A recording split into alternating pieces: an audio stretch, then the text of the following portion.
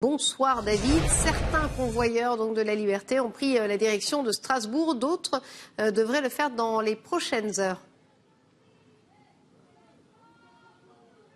Effectivement, et ce qu'on peut dire, c'est que ce soir, l'engouement espéré a été plutôt moindre. Ce qui s'est passé, c'est qu'hier, à Lille, où plus de 1300 véhicules ont été signalés par les forces de l'ordre, eh bien, certains ont pris la route de Strasbourg, d'autres celle de Bruxelles et d'autres encore celle de leur domicile. D'où une mobilisation tronquée, dispatchée, un manque d'organisation également responsable de cette fin en Haute-Boudin.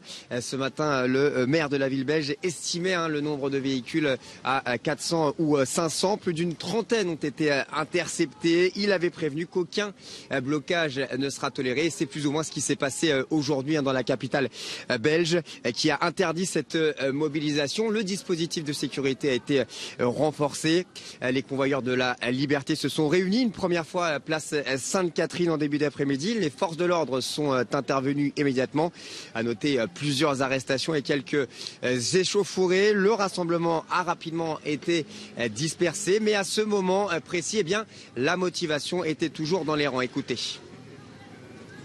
Ce pass sanitaire n'a aucune raison d'être pour vous, pour moi, mes enfants, et pour qu'on enlève tout ça, parce que là, le vaccin n'a plus lieu d'être.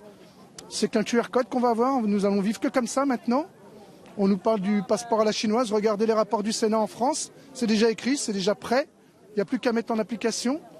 Non, on est contre tout ça, retrouver ce que nous avions avant, quoi. Pouvoir aller boire un café, vous et moi, sans avoir besoin de présenter un QR code, aller faire ses courses normalement. Voilà, je pense que beaucoup de gens sont concernés. Je vois peu de monde bouger, c'est triste, mais cela va aller plus vite qu'on ne le croit. Et on veut simplement que ça s'arrête pour reprendre une vie normale, en changeant quelques règles par contre, que tous ceux qui nous gouvernent, les corrompus hautes, puissent un jour payer de ce qu'ils ont fait surtout. On s'est habillé en liberté pour venir ici, pour défendre nos droits, le droit à information, le droit de la santé, à choisir le traitement qui nous est donné, pas une obligation qui est discriminante. On est en Europe, on est censé être en démocratie, d'accord? On est censé vivre libre et là on est victime de lois liberticides. Et dites-vous que si nous on est là, c'est clairement, on est des citoyens nous étions insérés dans la société. Nous accomplissions et nous accomplissons encore nos devoirs.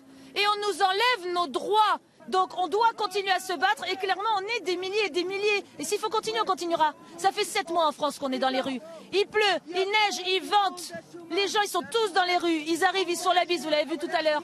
On se connaît tous, on est une communauté tellement énorme. C'est la plus grande erreur qu'ils ont fait ces politiques. Vous avez fait cette grande erreur, vous nous avez réunis. Et aujourd'hui, on est éveillés. On est des êtres qui ont une intelligence collective, qui allons le diffuser aux autres, qui le faisons de plus en plus au fur et à mesure des mois.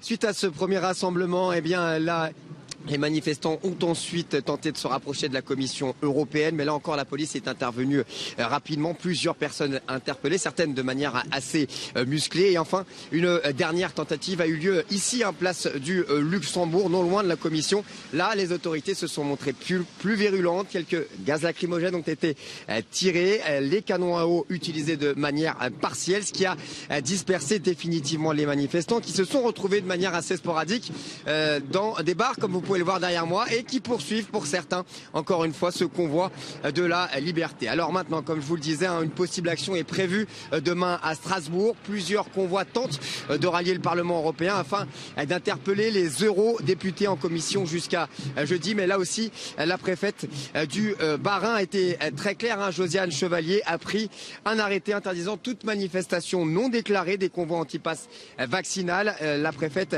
a donné des consignes de fermeté, comme ici. Les forces de l'ordre pourront verbaliser et interpeller les contrevenants. Vous l'aurez compris, à la fin de ce périple du convoi de la liberté a été entaché quelque peu par une certaine répression policière. Merci David. Khalifa.